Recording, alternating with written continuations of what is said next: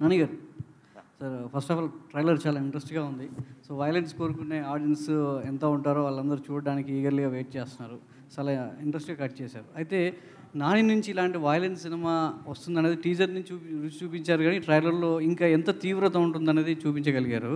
కానీ బయట సొసైటీలో మంచి తీసుకునే వాళ్ళు ఎంత ఉన్నారో చెడు తీసుకునే వాళ్ళు కూడా అంతే తయారవుతున్నారు. ఇప్పుడు డిపార్ట్మెంట్లో ఒక పోలీస్ ఆఫీసర్గా అర్జున్ సర్కార్ క్యారెక్టర్ చేశారు కాబట్టి చెప్తున్నాను. రీసెంట్గా ఒక ఇన్సిడెంట్, ఒక సినిమా చూసి ఇన్స్పైర్ అయ్యి తన వైఫ్ని ముక్కలు ముక్కలు చేసి కుక్కర్లో ఉడకబెట్టే స్థాయికి సినిమా చూసి ఆ ఎఫెక్ట్తో అలా చేయడం జరిగింది నేరాలు అనేది. సో సినిమా ఎంత ఎంటర్టైన్ ఇవ్వాలనుకున్నా ఇలాంటి వైలెన్స్ సొసైటీలో ఎలా తీసుకెళ్తుంది ఈ మూవీ ఆడియన్ అంటే థాట్ ప్రాసెస్ని ఏ విధంగా మారుస్తుంది? అంటే ఇన్స్టెంట్ మీరు ఎమోషనల్గా తీసుకెళ్లారు, దానికి తగ్గ వైలెన్స్ ఉంది, ఎమోషన్ ఉందని చెప్తున్నారు. ఆఫ్టర్ దట్ ఇది ఎలా ఉండబోతుంది? మనకంటే ఎక్స్ట్రీమ్లీ వైలెంట్ సినిమాలు తీసే దేశాల్లో మనకంటే చాలా తక్కువ క్రైమ్ రేట్ ఉందండి. అండ్ అది it is there on Google, మీరు చెక్ చేసుకోవచ్చు. అంటే చాలా అది దీనికి 10 వైలెంట్ సినిమాలు తీసే దేశాల్లో క్రైమ్ రేట్ మనకంటే చాలా తక్కువ ఉంది. సినిమాలు చేయవండి, అది మన బుద్ధి సరిగ్గా ఉండాలి ఏ విషయంలో అయినా సరే. అండ్ సినిమాలో మీరు ఓవరాల్గా నేర్చుకోవాల్సింది ఏంటి, చెడు చేసిన వాళ్ళందరూ, తప్పు చేసిన వాళ్ళందరూ are having a bad finish in the film. ధర్మం కోసం నిలబడినాడే కదా చివరికి గెలుస్తుంది. అలా అయితే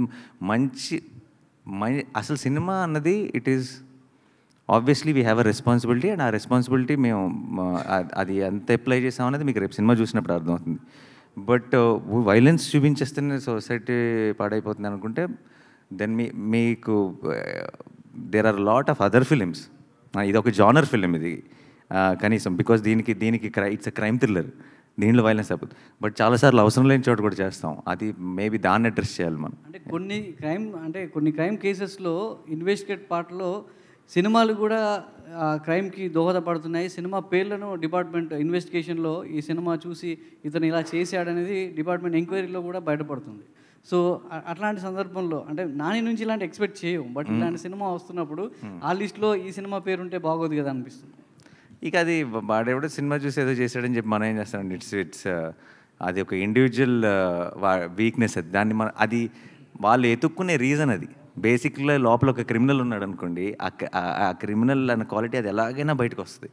అదేంటే వాడికి ఏదో ఒక రీజన్, వంక కావాలంతే. వాడు వెతుక్కునే వంక అది తప్పితే సినిమా చూడటం వల్ల వాడు అలా చేశాడు అన్నది అసలు ఆ పూర్తి అబద్ధం. అది నాని గారు ఇక్కడ